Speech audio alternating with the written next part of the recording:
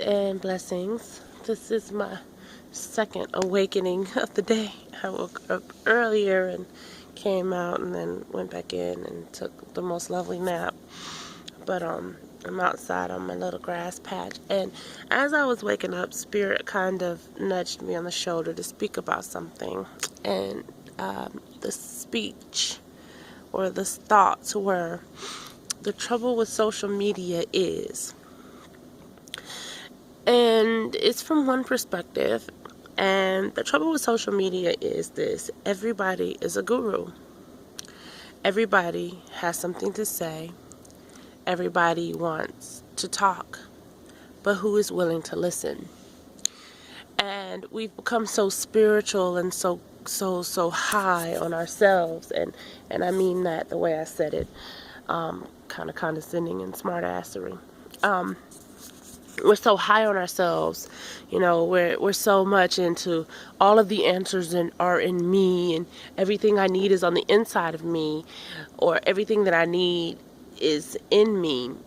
Who is to say that the answer that you need that is you isn't on the outside of you too?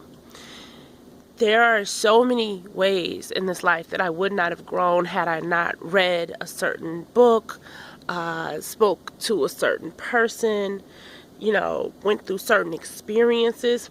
Who is to say that the answer that you need that is in you won't be revealed from something outside of you? And how is that any less of who you are?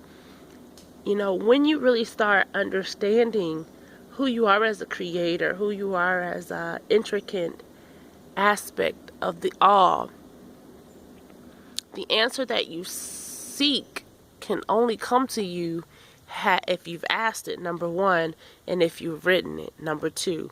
So the answer that you seek can only come from the question you've asked and from the answer you've written. And that answer that you've written may have been placed in another person or another situation so that you would hear it. Because wherever we are really from, we knew coming here that we would deal with ego and that we would deal with different physical trappings. And maybe we set it up like that so that we couldn't hide from the truth of ourselves within ourselves.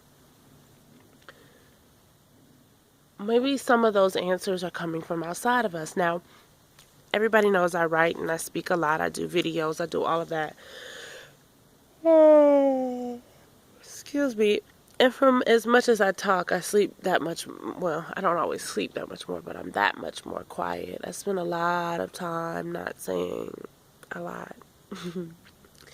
I spend a lot of time listening to other people, listening to other people's words, listening to other people's energy, listening to the energy out here.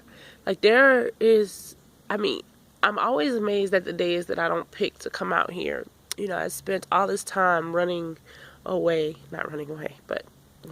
to an area like this, and there are so many days. Oh, beautiful black butterfly just went out. When I came out earlier, it was a beautiful black and orange butterfly, and just now black butterfly food plots. But there are so many days that I don't come out here and enjoy this, that I stay in the bed instead because I've worked so many hours, or and I could hear Spirit telling me today as I was napping, like, go get something to go outside and lay down. And I was like, but I don't want to deal with the bugs that biting me. I have little bites everywhere because they like eating on me, but it's okay. I don't mind helping them because I eat the plants and the birds and the fish. So I guess it's only fair that something get to bite on me every now and again for survival, right?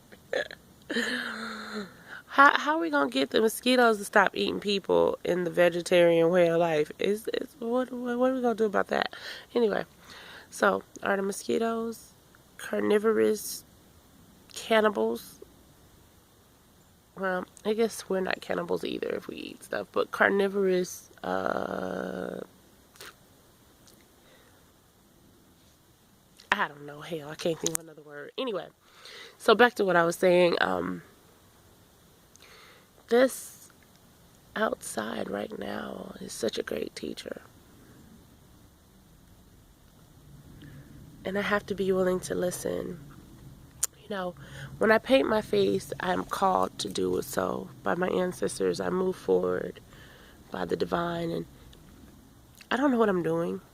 I've not been to the face painting class of what symbols to put on your head or your face and how to do it and what colors to use. I just feel the spirit and I move in that. And you can't really be a great guru of anything if you're not a great listener. And although I believe in meditation and the power of meditation and the power of going within, I'm so grateful that every answer that is from me is not on the inside of me. That I've had the wisdom and the brilliance to plant those riddles, the answers to certain riddles in other beings that have been a delight to get to know, even when they weren't a delight to get to know. I'm so grateful that I had the inclination to create certain opportunities for awareness to be sparked in me, and that I didn't just get it all from sitting in a corner humming Nam Myoho Renge Kyo or Tumtare Tutare Ture Mamanya Punajana Pudishkuru Soha. I'm so glad, that Shrim, Shrim, Shrim, and all these things that we do and say, we're not the only, and those too are teachers, and those too are tones being spoken into the self and out of the self, from the self. So my point being, is it really that all the answers are so much inside of us that we should not seek outside of ourselves? What does that really mean? Does that mean go sit in a corner with the lights out and never come out? Or does it mean that the more you are in touch with who you are and the more you go inside yourself, there are no answers that come to you but those of which you have questioned anyway? And every time you are in touch, isn't that the beauty of meditation, is to go into oneself until one begins to recognize that all other things are itself? Like, everywhere I go is me, everything I see is me, everything I touch is me, an aspect of me, a reflection of me, a word of me, a light of me, a darkness of me. Isn't that the purpose of meditation, is to understand the connectivity and the oneness of a universal being that has what appears to be as many components, but it's one self.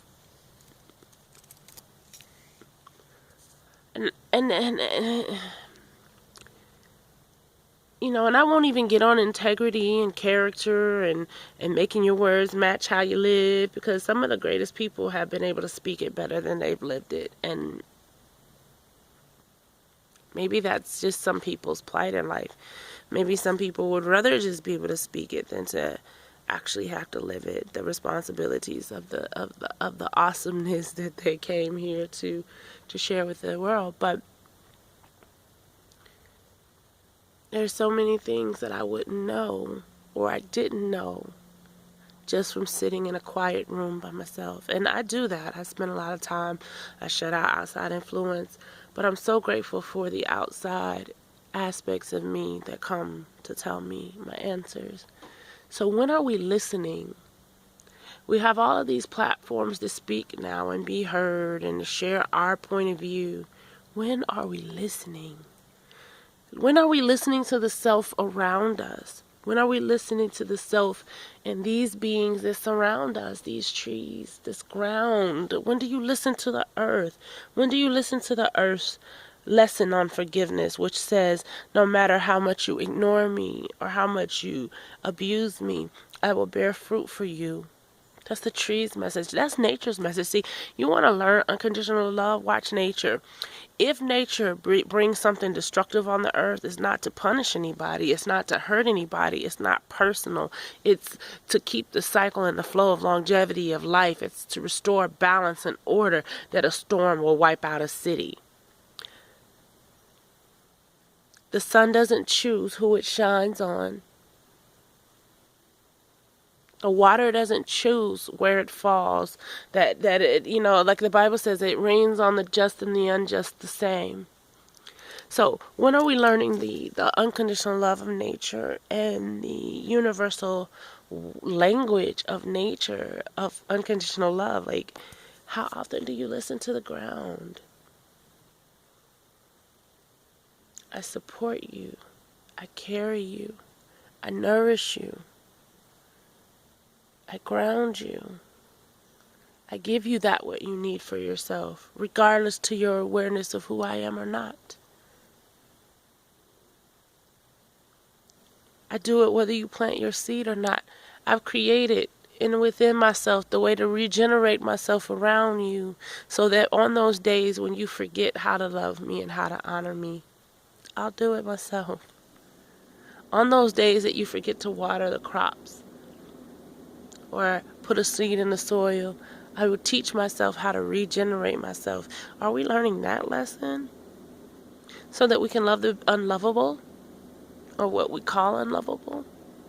So that we can give people more than one chance, and that we can learn how to not interact in ways that are damaging to us while still loving a being. Like, it doesn't always have to be like, one of my things with myself is to make sure if I leave a relationship, it's not in a hardened state, like where, even if my decision is I'm never going to talk to you again, because sometimes that is a decision that needs to be made.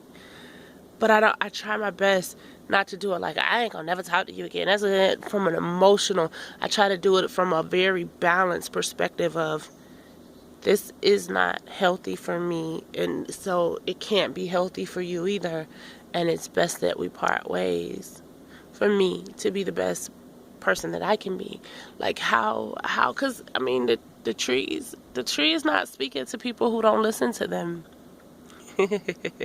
They speak every day, but they interact with different people differently, just as we choose who we interact with differently, based on openness and willingness to be heard and to be seen and to be appreciated and to be honored and to be, the reverence. Like, there's a reverence that we have to have. And so for those people who are feeling inadequate, or like they've never been heard or never been had approval, the media can be a big problem, because now you got somewhere where you have a captured, you have a sitting audience, and so you're doing so much talking, but when do you listen?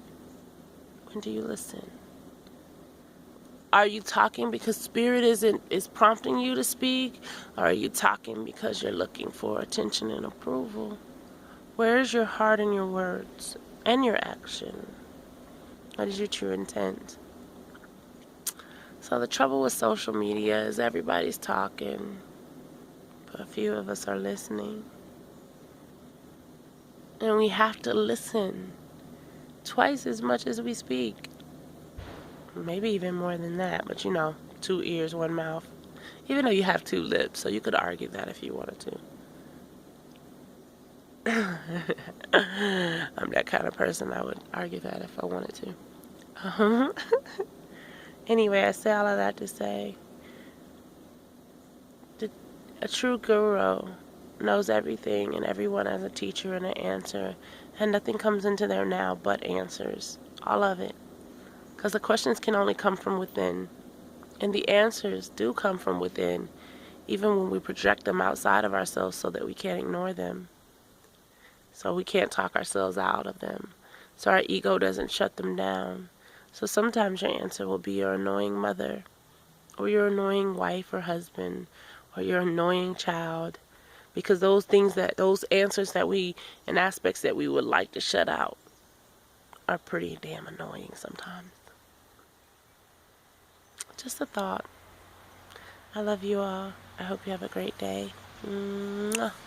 May you be blessed to be the answer and the question for yourself, and to allow the answers to come that you've placed in other people and other things for you without frowning up at them. They won't always look like you. Your answers won't always come from somebody dressed like you or speaking like you. You know, you may see yourself as having, far surpassed certain behaviors, and it may be the person that displays every behavior you feel like you've outgrown that has an answer for you. Be willing to listen. Be willing to hear. There is much beauty surrounding you because it is you. Those are your answers around you. That beauty, that grace, that havoc, that chaos. Answers from within you, projected around you. So what is not your answer and what is not inside of you? Is not all of this creation inside of you? Isn't it? Isn't that your insides turned outside so that you can see them? Want to grow on. Blessings, blessings, bliss, bliss, bliss, bliss. Eternal and mutual well-being to you and love. Because I know you guys have love and eternal love and well-being for me. So I receive, I receive, I receive. May you be well. Peace.